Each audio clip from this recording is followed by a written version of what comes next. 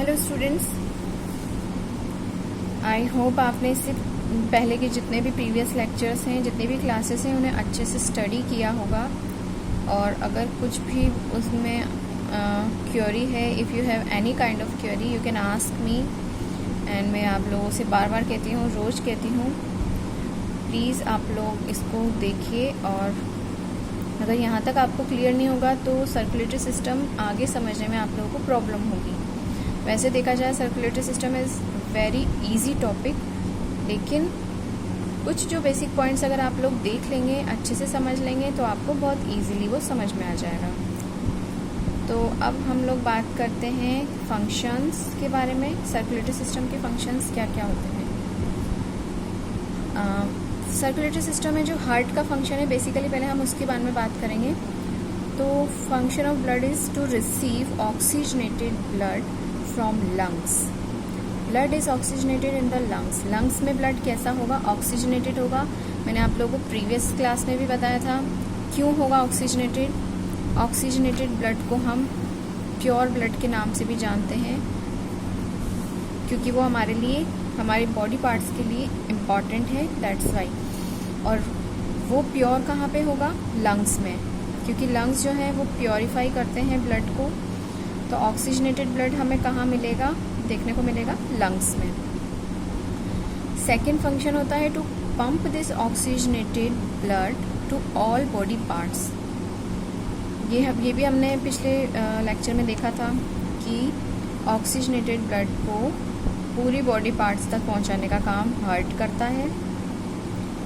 और to receive deoxygenated blood from all parts of our body.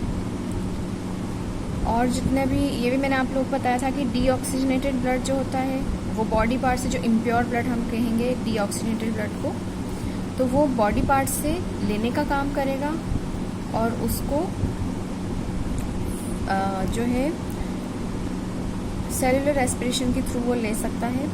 और उसके बाद वो इसको पिक करेगा कार्बन डाइऑक्साइड को डीऑक्सीजनेटेड ब्लड में से और उसको लंग्स तक पहुंचाने का काम करेगा। Then it send this blood to lungs for purification. Heart जो है उसमें 4 चैम्बर किस वजह से होते हैं? वो mixing of 2 types of blood को प्रिवेंट करने के लिए हार्ट में 4 चैम्बर होते हैं, जिससे कि जो ब्लड का मिक्सिंग ना हो सके। प्योर ब्लड एक साइड में होगा और इम्प्योर ब्लड एक साइड में होगा। और एक जैसे कि 4 चैम्बर में हम देख सकते हैं कि left atrium, right atrium, left ventricle, right ventricle. तो इसमें क्या होता है कि लेफ्ट साइड में तो हमेशा प्योर ब्लड फ्लो करेगा। अब एट्रियम और वेंट्रिकल, इनका क्या रोल है, ये हम लोग आगे डिटेल में देखेंगे। जैसे कि हार्ट में 2 पार्ट्स होते हैं, मैंने प्रीवियस लेक्चर में भी आप लोग बताया है। First one is atrium and second one is वेंट्रियम।